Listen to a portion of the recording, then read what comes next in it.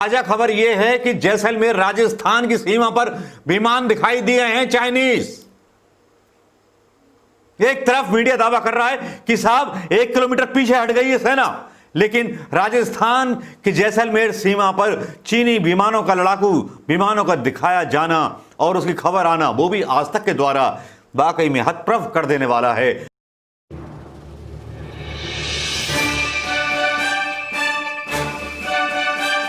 दोस्तों नमस्कार, मैं मनोज कुमार शर्मा एक बार फिर आपके बीच में बुलंद हौसलों के साथ, क्योंकि आपने ही वो बुलंद हौसले मुझे दिए हैं। आज प्रोग्राम शुरू कर रहा हूं पग घुंघरू बांध पार्ट 1 सीरीज। जी हां, ये मेरा सीरियल शुरू होगा और ये एक न्यूज की तरह से प्रोग्राम होगा जो मैं चलाना चाहूँगा आपके बीच, क्योंकि पग घुंघरू में, अपने पैरों में घुंघरू बांध करके जिस तरह से मीडिया नाच रहा है, तो बस पग घुंघरू बांध मीडिया इसका नाम रख दिया गया है। दोस्तों वार कोड यहां डाल रहा हूं, अगर डोनेशन देना हो तो दे सकते हैं, लेकिन हम बात आगे बढ़ाते हैं। बात करते हैं कि मैंने इस प्रोग्राम का पग घुंघरू क्यों रखा नाम। इसके बारे में जिक्र करने से ज़्यादा बेहतर होगा कि हम प्रोग्राम के बारे में बात करें, और उस प्रोग्राम के बारे में बात करें जिस प्रोग्राम और समाचारों के बारे में और खबरों के बारे में मैं आपके बीच बात करना चाहता हूँ। दोस्तों बात करेंगे, शुरुआत हम गालवान वैली से। अंजना ओम मोदी कश्यप की भी बात होगी, रूबिका लियाकत की भी बात होगी, बिकाऊ मीडिया की भी बात होगी, और उन सवालों की भी बात होगी जिन सवालों को अधूरा छोड़ दिया जाता है। उन सवालों को, जो सवाल देश के लिए बहुत ज़रूरी हैं, हिंदुस्तान के लिए ज़रूरी हैं, उस हिंदुस्तान के लिए जिसका आत्मगौरव हिंदुस्तान के लिए बहुत ज़रूरी है, उन बेरोज़गार युवाओं के लिए, उन सताई जाती महिलाओं के लिए, उन सताए जाते गरीबों के लिए, उन सताए जाते बेरोज़गारों के लिए, उन सताई जाती महिलाओं के लिए, उन सताए जाते गरीब लोगों के लिए, उन आत्महत्या खाते हुए उन लोगों के लिए जिनके बारे में कोई बोलने वाला आज है नहीं। तो चलिए शुरू करते हैं दोस्तों। आज का हम पग घुंघरू बांध मीडिया का पहला संस्करण, और वो संस्करण शहीदों के नाम समर्पित है। गालवान वैली के उन 20 शहीदों के नाम, जिन 20 शहीदों के बारे में सबसे पहला सवाल राहुल गांधी पूछते हैं, तब उनको गद्दार कहा जाने लगता है। जब प्रधानमंत्री मोदी से राहुल गांधी बोलते हैं कि साहब बदला लीजिए, पूरा देश साथ में है, लेकिन भारतीय जनता पार्टी उसके मतलब अकॉर्डिंग एक्शन नहीं करती है, बल्कि भारतीय जनता पार्टी के जो प्रवक्ता होते हैं या सरकार के जो प्रवक्ता होते हैं खुद कांग्रेस से ही सवाल करने लगते हैं। लेकिन सवालों की लंबी सूची हो जाती है। राहुल गांधी ने तो करुणा पर भी सवाल किए थे, लेकिन उन पर भी जवाब नहीं मिले, उल्टा देशद्रोही का नाम मिल गया उनको। जो सरकार से सवाल करे वो देशद्रोही हो जाता है, और जो सरकार की हाँ में हाँ मिलाए वो सरकार का प्यारा हो जाता है। ऐसे कैसे चलेगा? लोकतंत्र तो जिंदा था, जिंदा है, जिंदा रहेगा। भले ही आप रिपोर्ट करा दो सफूरा जरगर की तरह, हर किसी को बंद करा दो, लेकिन सवाल यहाँ जिंदा हैं, आत्माएं यहाँ जिंदा हैं, हिंदुस्तान यहाँ जिंदा हैं। भारत माता कभी मर नहीं सकती, क्योंकि जो सवाल करते हैं उन्हीं का नाम है भारत माता। चलिए बात करते हैं गलवान घाटी की।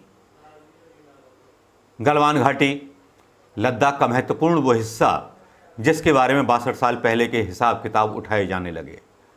अब 62 साल पहले के हिसाब किताब नेहरू जी के ज़माने के जब उठाए जाने लगे, तब मेरा भी सवाल है उठता है कि जब भारतीय जनता पार्टी के नेताओं को पता था कि नेहरू जी के साथ धोखा किया और नेहरू जी हार खा गए चाइना के साथ, तब प्रधानमंत्री मोदी ने सबसे ज़्यादा निवेश गुजरात में चाइना का क्यों लिया? गुजरात के मुख्यमंत्री होते हुए प्रधानमंत्री मोदी मुख्यमंत्री रहते हुए चाइना की 4 बार यात्राएं क्यों की? 9 बार प्रधानमंत्री, 5 बार गए बन करके चाइना, 18 बार राष्ट्रपति से मिलते हैं, पींगे बढ़ाते हैं। उसके बाद भी उन पर मीडिया सवाल नहीं उठाता। सवाल विपक्ष की तरह भारतीय जनता पार्टी की सरकार करती है, और वो आता है बड़ा खुलकर, ये पूछते हैं कि राजीव गांधी फाउंडेशन के लिए साहब आपने इतना चंदा लिया था, जबकि राजीव गांधी के फाउंडेशन में जो चंदा लिया गया था वो 90 लाख ट्रांसपेरेंसी के साथ पड़ा हुआ था, जिसको ढूंढने में कोई दिक्कत नहीं हुई। आईडी ईडी को लाने की जरूरत नहीं हुई प्रधानमंत्री मोदी जी की सरकार को। बस सीधा सा आरोप लगा दिया। बस गुनाह ये हो गया राहुल गांधी का कि उन्होंने पूछ लिया कि हम आपके साथ खड़े, चीन पे आक्रमण कब कर रहे हो? चीन पे आक्रमण करने से डर गए, लेकिन कांग्रेस पे आक्रमण करने से बिल्कुल नहीं घबराई भारतीय जनता पार्टी सरकार। अंजना ओम कश्यप डिबेट चलाती हैं, रूबिका लियाकत डिबेट चलाती हैं। रूबिका लियाकत डिबेट करती हैं तो संबित पात्रा और राजीव त्यागी वहाँ पर होते हैं। संबित पात्रा बेशर्मी के साथ एक दिन पहले एक पत्रकार को चाइनीज़ एजेंट बोल चुके होते हैं, क्योंकि वो पूछ लेता है कि गलवान घाटी में इतने क्यों बढ़ाए। अब दौलतगंज पिंडी जहाँ पर बनाया हुआ है बेस, हमने वहाँ तक आ गए। कौन? चाइनीज़ ट्रुप्स वहाँ गश्त करने से रोक दिया गया है, और भी खबरें आ रही हैं वहाँ गश्त करने से रोक दिया गया है, और भी हिस्सों पे कब्जा कर लिया गया है। लेकिन वहाँ पर सवालों का जवाब देने के बजाय भारतीय जनता पार्टी कांग्रेस के साथ लड़ रही है। क्या अनोखा तोहफा है, वाकई में मानना पड़ेगा कि देश को गद्दारी करके बेचने का ठेका ले लिया है क्या सब लोगों ने, या मीडिया भी साथ में मिला हुआ है। आज हालांकि अंजना ओम कश्यप की बहस चलती रही, अंजना ओम कश्यप की बहसों के मुद्दे में यहाँ डालना चाहूँगा, वो तस्वीरें डालना चाहूँगा, आवाज़ें नहीं डालना चाहूँगा। तस्वीरें हैं कुछ ऐसी जिसमें स्वदेशी अपनाओ चाइनीज ठुकराओ, उसमें संघ के नेताओं का, भारतीय जनता पार्टी के नेताओं के कुछ अंश तो दिखाए गए, उनको दिखाया गया बस यही स्वदेशी अपनाओ और चाइनीज ठुकराओ।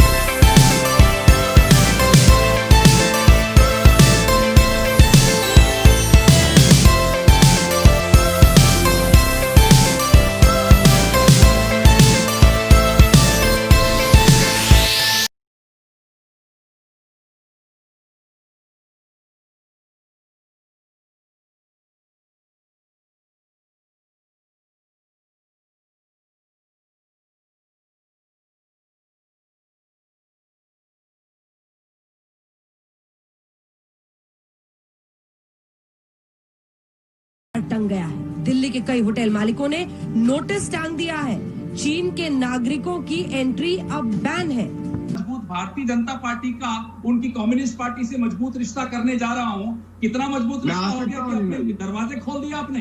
राजनाथ सिंह जी जब अध्यक्ष थे, आज वो रक्षा मंत्री हैं, वो भी मिलते जा रहे थे, बार बार मिल रहे थे चीन की कम्युनिस्ट पार्टी के पॉलिट ब्यूरो से, जब वो सरकार में भी नहीं थे। क्यों?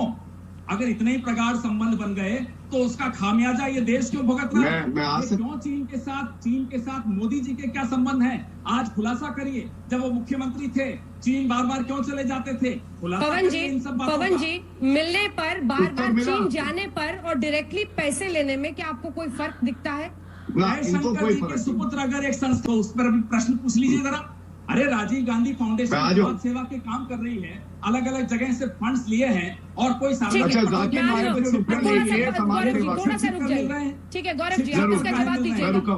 ये सवाल कई बार आया है, आप इससे भी किनारा काट रहे हैं, लेकिन मैं इस सवाल को लेकर आऊंगी। एक सेकंड मैं आ रही हूँ। बहुत देर से महेंद्र जी हाथ उठा रहे। महेंद्र जी अपनी बात कहिए, उसके बाद मैं सोमनाथ सिंह साहब के पास जाऊंगी। महेंद्र जी, कम से कम हमारे प्रधानमंत्री ने ये नहीं कहा कि वो ऐसा हमारे पृथ्वी का हिस्सा है जिसमें बाल भी नहीं उगता, जिसमें एक पौधा भी नहीं उगता, अगर वो चाइना में जाए तो चला जाए।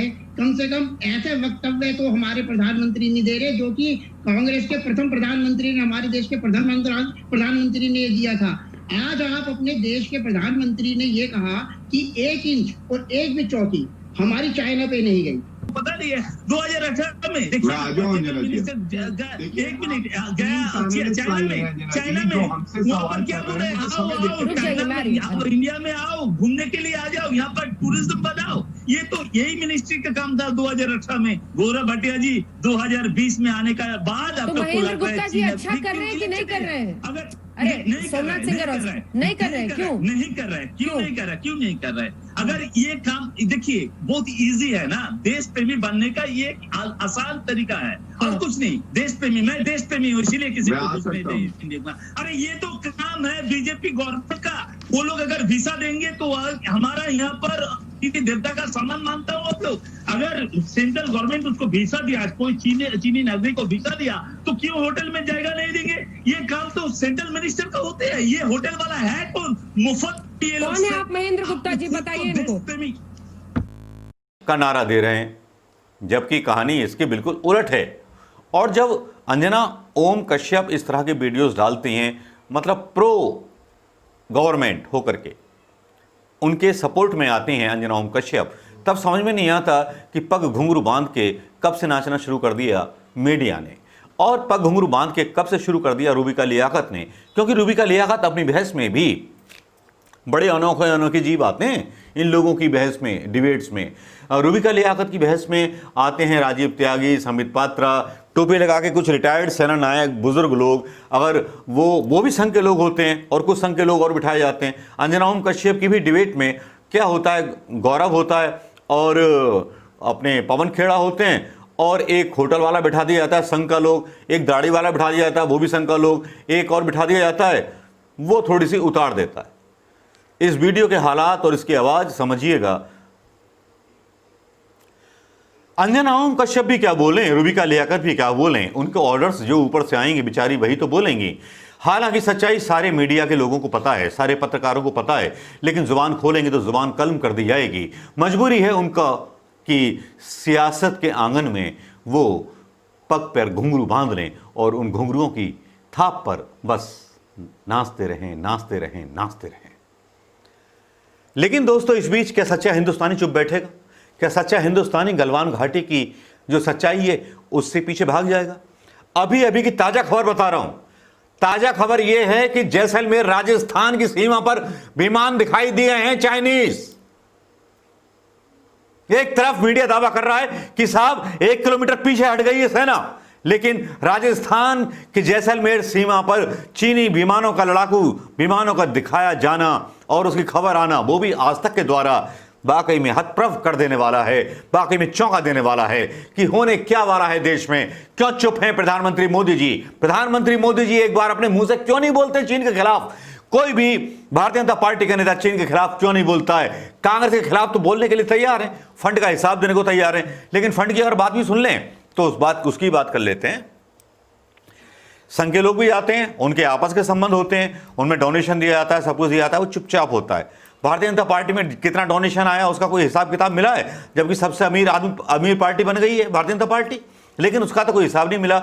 लेकिन 2006 की बातें खोली जाती हैं, जबकि जब सरकार यूपीए की थी, मिलीजुली सरकार थी और मांग हो सकती थी, और चलो छोड़ो उसको, अब तो इनको 6 साल हो गए, अगर मिला था तो ये जांच करा सकते थे ईडी आईडी से, तब बोल सकते थे। चाइना के ऊपर जवाब देने से क्यों भाग रही है भारतीय जनता पार्टी? गालवान घाटी पर जवाब देने से क्यों डर रही है भारतीय जनता पार्टी? और नेहरू जी ने अगर गलत किया था 62 में, तो नेहरू जी की गलती पर मोदी ने संबंध क्यों बनाए चीन के साथ? इतना व्यापार क्यों बढ़ा दिया चीन का? सवाल ये उठते हैं, लेकिन इन सवालों के जवाब भक्तों के पास नहीं होंगे। वो केवल ताली बजा सकते हैं, वो भी कौन से नंबर वाली? 6 नंबर वाली। दोस्तों नमस्कार, जय हिंद। वीडियो शेयर करना मत भूलिएगा।